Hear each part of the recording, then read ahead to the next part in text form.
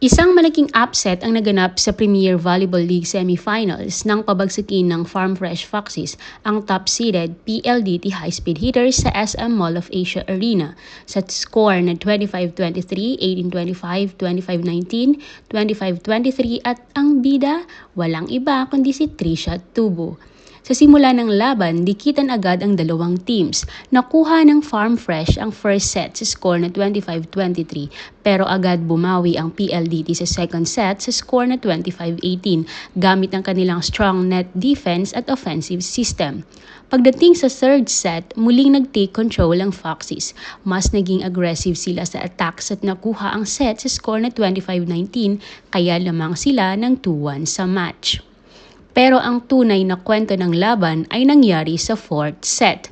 Lamang ang PLDT sa score na 20-16 dito at mukhang papunta na nga sa fifth set ang laban. Pero dito nagsimula ang tinatawag na Tubo takeover. Sunod-sunod na puntos ang ginawa ni Trisha Tubo. Halos siya ang umiscore ng lahat ng last points ng Farm Fresh. Kahit naka-double block, nakakahanap siya ng butas. Kahit mahirap ang set, napapapuntos niya. Kaya naman mula 2016 deficit na itabla ng Foxes ang laban sa 22-all at doon na tuluyang bumigay ang depensa ng PLDT. Sa huling rally, walang hesitation, ibinalik ng Farm Fresh ang bola kay Tubo at tulad ng buong set, hindi siya pumalya. Isang malakas na spike ang tumapos sa laban at nagbigay sa kanila ng panalo. Kahit lamang ang PLDT sa blocks na out-attack sila ng Farm Fresh, natalo sa service pressure.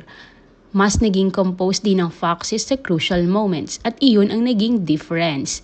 Sa panalong ito, isang panalo na lang ang Farm Fresh papuntang finals. Isang historic moment para sa team. Samantala, nasa alanganin na ang PLDT matapos mahulog sa 0-2 semis record. At mas exciting, susunod nilang makakalaban ng powerhouse na Creamline Cool Smashers.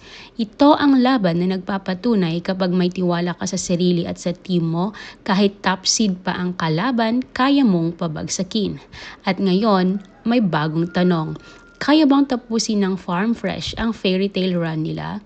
Abangan natin yan sa mga susunod na araw. At yun lamang mga ka-Volley, please don't forget to like and share this video and subscribe on my channel.